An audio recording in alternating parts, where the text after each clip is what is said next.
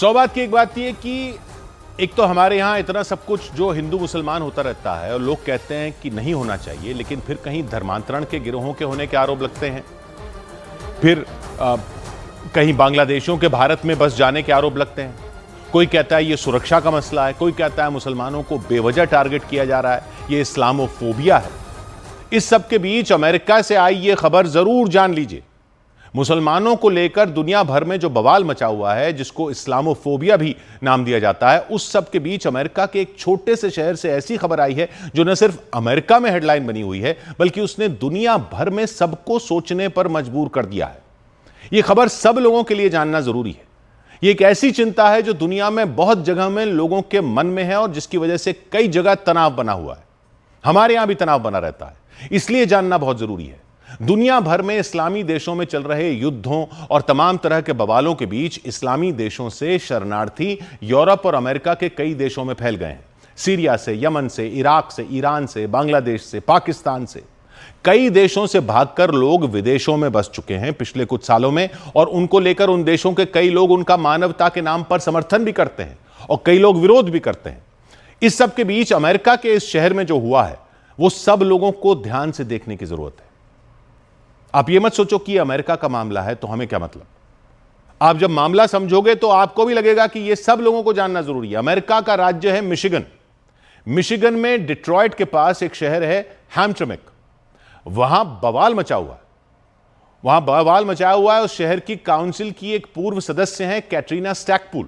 उन्होंने वहां शहरों में सरकार और शहर की, वहां जो सरकार होती है शहरों में, वो शहर की काउंसिल चलाती है।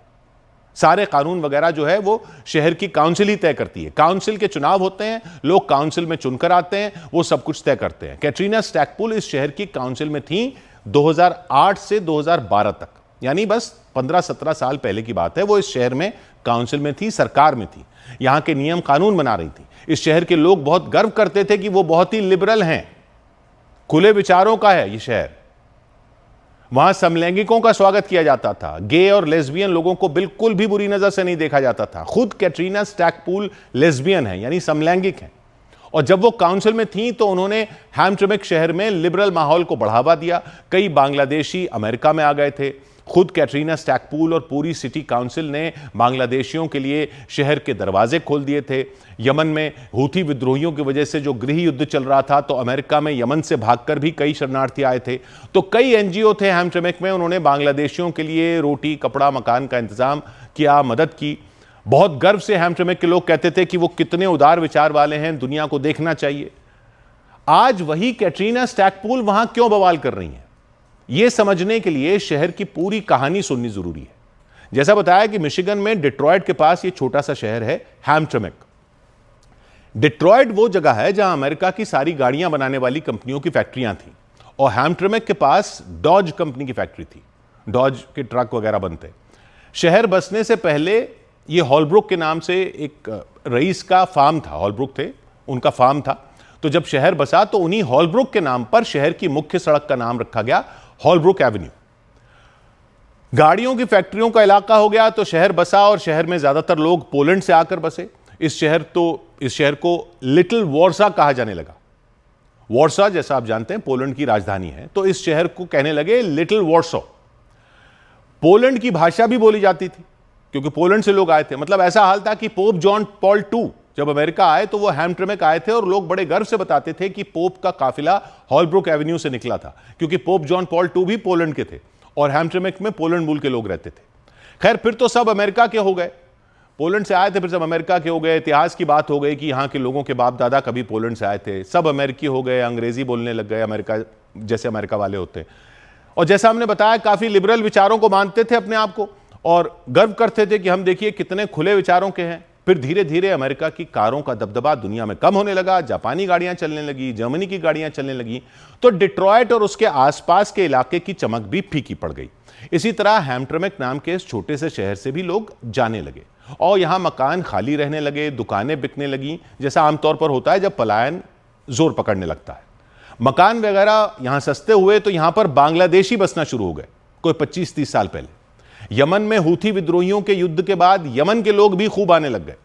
हैम्ट्रामिक के लोग तो अपने आप को खुले विचारों का मानते थे ही, उन्होंने इस पर उतना ध्यान नहीं दिया कि बांग्लादेशी बसते जा रहे हैं, यमनी बसते जा रहे हैं। जब अमेरिका में 2001 में 9/11 के हमले हुए और अल-कायदा का नाम आया और मुसलमानों के खिलाफ कई जगहों पर घटनाएं हुई, तो हैमट्रिमेक के लोग अपने मुस्लिम पड़ोसियों के साथ खड़े दिखे।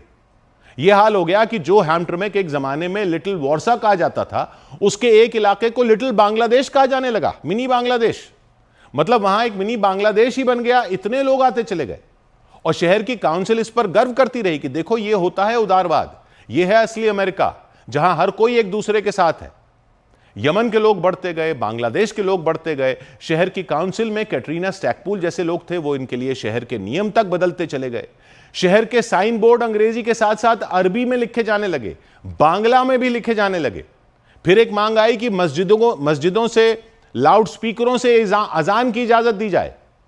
तो वहां के पुराने लोगों ने कहा कि यह थोड़ी हो सकता है, यह अमेरिका है।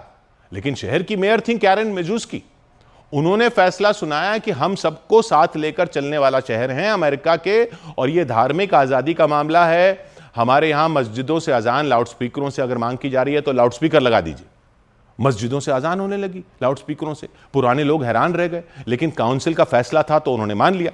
धीरे धीरे हिजाब पहनी महिलाएं ज्यादा दिखने लगी अमेरिका के इस शहर में, बुर्के दिखने लगे। पुराने लोग कुछ कुछ तो परेशान हो रहे थे, लेकिन आजादी के नाम पर सब कुछ स्वीकार करते जा रहे थे। करते करते 2013 में यह हुआ कि हैमट्रिमेक में मुस्लिम बहुसंख्यक हो गए, मेजॉरिटी हो गई। वहां के पुराने अमेरिकी लोग अल्पसंख्यक हो गए। हैमट्रिमेक अमेरिका का पहला मुस्लिम मेजॉरिटी शहर बन गया। फिर 2015 में वहां की सिटी काउंसिल यानी वहां की लोकल सरकार में मुसलमानों की संख्या ज्यादा हो गई, मुस्लिम मेजॉरिटी काउंसिल हो गई हैमट्रिमेक की अमेरिका में।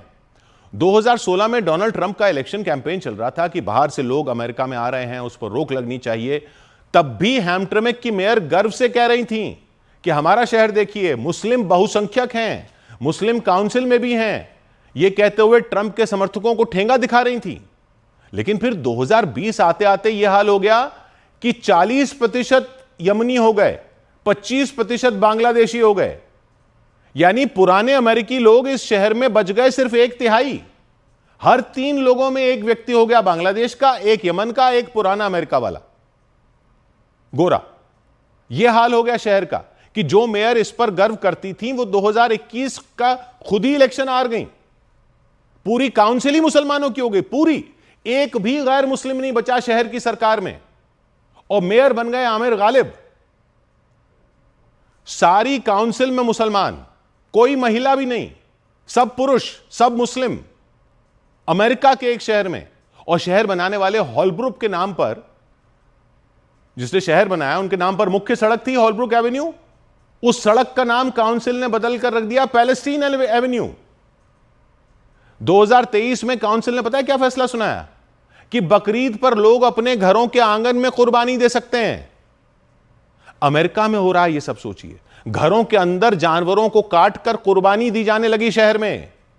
तो पुराने जो अमेरिकी वहां रह रहे थे, उनको तो लगने लगा कि ये किस बात का उदारवाद लेकर चल रहे थे हम, क्या इसलिए हमने इन लोगों को अपने शहर में बसने दिया कि अब ये शहर ही हमारा नहीं रहा।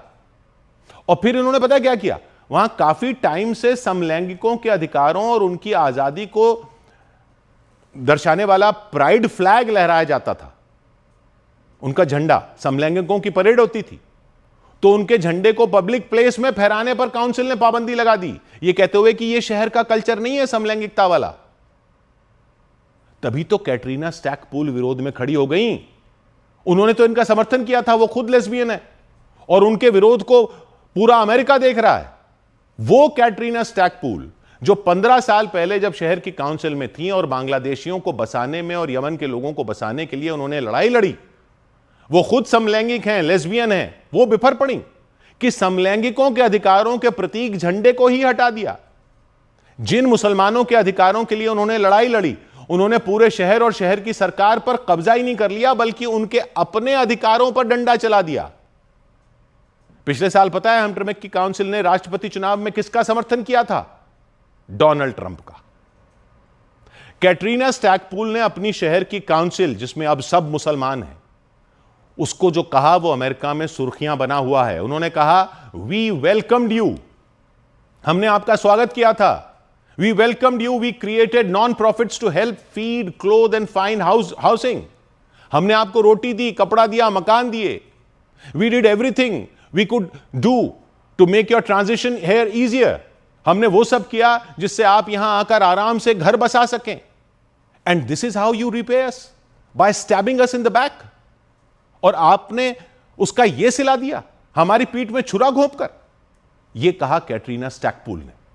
और उनके ये कहते ही अब दुनिया में बहुत से लोग इस झकझोर देने वाले सवाल से जूझ रहे हैं कि मानवता और मानव अधिकारों के नाम पर लड़ने वालों की हालत अगर अपने ही घरों में, अपने ही शहरों में ऐसी हो जाएगी तो कैसे नहीं लोग विरोध करेंगे दूसरे देशों से आकर बस रहे लोगों का. ये कहने वाले तो बहुत लोग हैं जो कहते हैं कि मुसलमानों को दुनिया भर में प्रताड़ित किया जा रहा है, टारगेट किया जा रहा है, आतंकवाद से लड़ाई के नाम पर इस्लामोफोबिया फैलाया जा रहा है. वो सब अलग अलग सिचुएशन में सही भी होता है, लेकिन हैमट्रिमिक जैसे शहर की कहानी भी तो इसी दुनिया को हकीकत है. वो भी तो इसी दुनिया में हो रहा है कि पोलैंड से आए लोग जो आकर बसे थे वो तो अमेरिकी हो गए.